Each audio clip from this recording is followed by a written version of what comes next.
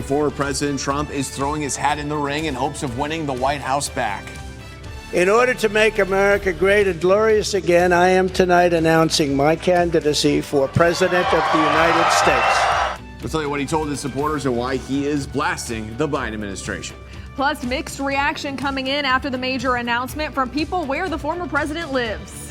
We're big fans of his. Thought he was a great president. I think people, mostly like conservatives, are really getting tired of him. I don't like the way he's putting DeSantis down. Ahead, we are following a wide range of reactions here locally and across the country. And Governor DeSantis blasting Trump over a poor midterm election for candidates he endorsed. You know, at the end of the day, I would just tell people to go check out the scoreboard from last Tuesday night. Next, a look at the other potential candidates that could be threats to the former president. It's a new day. This is CBS 12 News This Morning. Well, if you are just getting up now, you probably missed the historic launch last night. Good morning, I'm Matt Lincoln. And I'm Sam Kerrigan. Right now, NASA's Artemis 1 mission is on a historic journey to the moon. So the goal is to set up a permanent base on the moon that will ultimately lead to astronauts being able to explore Mars. Now, the rocket is now officially the most powerful ever to reach Earth's orbit. Very exciting, Lauren. We finally got it off. We had an Artie party. Well, we didn't. Well, Artie had the party. He was able to, go to space finally. And that's great. And some people saw it. You could see it from all the way down to Palm Beach, and it was nice. So I used to we used to work in South Carolina. A lot of people that I follow, or that follow me, they tag me in their photos that they take from South Carolina. Wow. They can see it up north, and it's always really cool. You get a good glimpse of it, not just down in Florida, but, probably any state along the East Coast. Sure. Exciting, yeah. And if you missed it, we got to go back probably 1,000 more times to bring more stuff, set more stuff up on the base. Kara Duffy's going to have more on that coming up for us in about 10 minutes or so. But here's a look right now at radar. Weather was good. The skies are clear out there this morning, so it was pretty easy to see for a lot of us. Here's a look right now at our temperatures. We're all pretty much right near 70 degrees. We've got the upper 60s and the low 70s. But you see how the wind is out of the south? That's going to be bringing in very warm air. It's going to be kind of, dare I say, hot outside today, about 85 degrees just by noon. We are going to continue to warm our temperatures until that front boundary gets here later. We're going to get close to some of the record highs in a few spots today. The record today for West Palm, and Fort Pierce is 88. It's 87 in Vero Beach. So I'm going to be watching our high temperatures very closely. Moving through the afternoon, we might tie, or maybe we set a few records in a couple spots. 7:40 this evening, that line of clouds and showers is moving through. We could see a few spots of some fog again tomorrow morning, and then we'll deal with clearer and drier conditions for Thursday. It also gets a little cooler. More on that is ahead. Matt and Sam.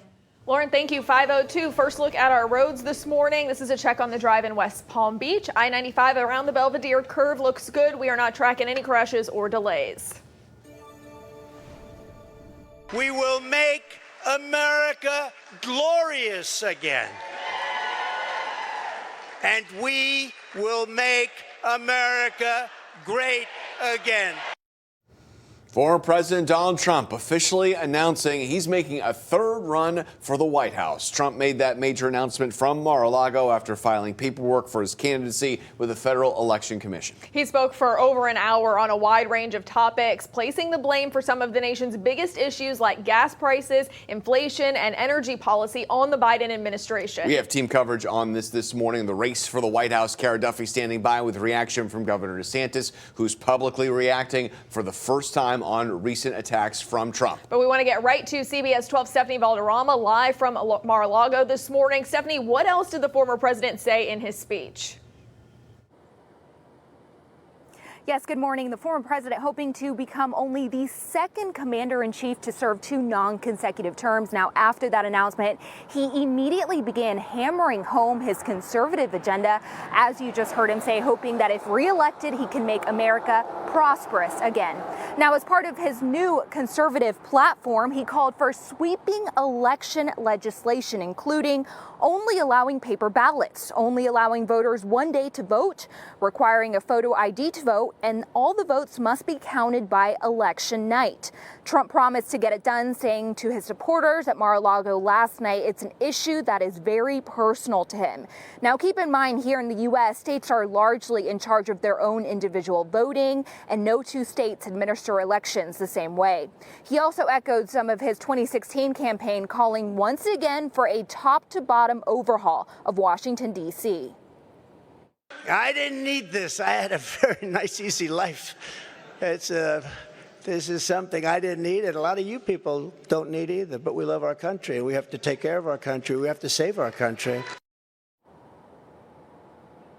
Well, this announcement may complicate the investigation into the former president and his business dealings, most notably the DOJ probe into the handling of classified documents at Mar-a-Lago. And of course, with this announcement, the National Republican Committee will no longer be footing the bill for his legal bills. Reporting at Mar-a-Lago, Stephanie Valderrama, CBS 12 News.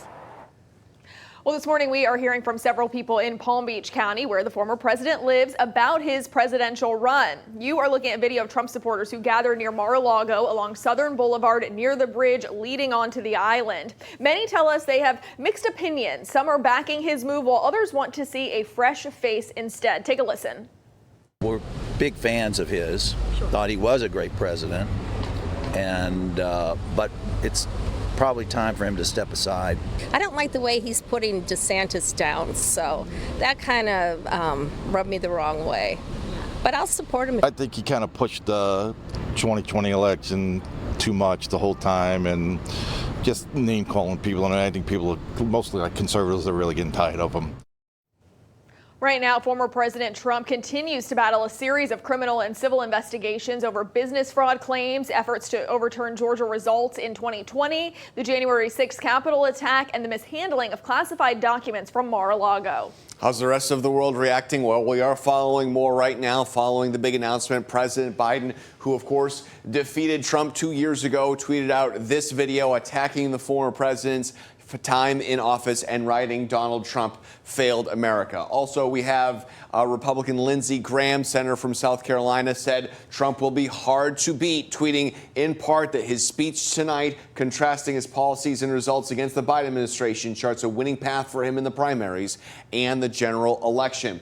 Also, Trump endorsed Republican Kari Lake, who just lost the race for governor in Arizona, tweeted a picture from the announcement and saying he has her complete and total endorsement. One more, we have Democratic Representative Carlos Smith from the Orlando area chimed in, tweeting, the only thing more dangerous for our democracy than Donald Trump running for president is Ron DeSantis running for president. Right now, Governor DeSantis is posing a clear threat for former President Trump, even though he has not announced he's running. This morning, the governor is firing back following Trump's continuous mocking of him, calling him Ron DeSanctimonious in the final days leading up to the midterms, where both held rallies in South Florida. CBS 12's Kara Duffy continues our team coverage from the live desk. And Kara, the governor now responding to Trump about those remarks and a hugely underwhelming midterms for the Republicans. That's right, Sam. Governor DeSantis dismissing the negative comments made by Trump, referring to it all as just noise. He says one of the things he's learned in this job, when you're leading and getting things done, you're going to take incoming fire. He also pointed to last week's midterm elections, his nearly 20-point victory here in Florida, one that stood out for Republicans after what he called a hugely underwhelming midterms for the GOP. Take a listen. And really what matters is, are you leading? Are you getting in front of issues? Are you delivering results for people? And are you standing up for folks? And if you do that, then none of that stuff matters. And that's what we've done. We focused on results and leadership. And, at the end of the day, I would just tell people to go check out the scoreboard from last Tuesday night. And some of Trump's criticism of DeSantis did come following the midterm elections, when most Trump-backed GOP candidates lost. And of course, we saw right here at home, DeSantis won big, leading to Trump calling DeSantis average and disloyal. I'm Matt Sam. As you mentioned, although Governor DeSantis hasn't said whether or not he'd make a presidential run in 2024, it is clear that Trump sees him as a threat. Voters in several early primary states also looking to DeSantis as a possible presidential favorite over Trump. According to a new poll by Club for Growth, it shows DeSantis beating Trump by 11 points in Iowa, 15 points in New Hampshire, and of course all this in a hypothetical primary election. Matt. All right, Kara, thank you. We also talked to political professors in South Florida about the governor's potential run for the White House against Trump. A professor in the political science department at Palm Beach State College says the governor showed that he was able to flip several Democratic strongholds in favor of the Republican Party in the midterms. In certain districts, he says former President Trump did not win in 2016 or 2020. That's going to be a tall order for former President Trump to dethrone DeSantis in his home state. It's going to be a battle not only for the state of Florida, but for the United States. And he says Trump seems to have announced this early to get ahead of the rest of the Republican field and to get ahead of any possible legal charges he may be facing. There are other potential 2024 rivals out there that have gotten some buzz as possible presidential candidates. Former Vice President Mike Pence is considering a run against his former running mate. In a recent interview, Pence said it's up to the American people to decide, but he thinks we'll have better choices in the future. Former Secretary of State Mike Pompeo, who served in the Trump administration, another possible candidate in 2024. There's also former United Nations Ambassador Nikki Haley, who served as governor of South Carolina. And Virginia Governor Glenn Youngkin, a businessman who flipped the state from blue to red last year. Well, it's 5:10 now. NASA's historic Artemis 1 rocket finally getting off the ground at the Kennedy Space Center. And liftoff of Artemis 1. We rise together back to the moon and beyond. That is a big rocket. We'll tell you how this mission paves the way for a new era of space exploration. And parents, just when you thought you knew all the social media sites your kids could be using, there's now a new way they're connecting online, but this app is far different from the others. The caveat is I have to post to see what they do.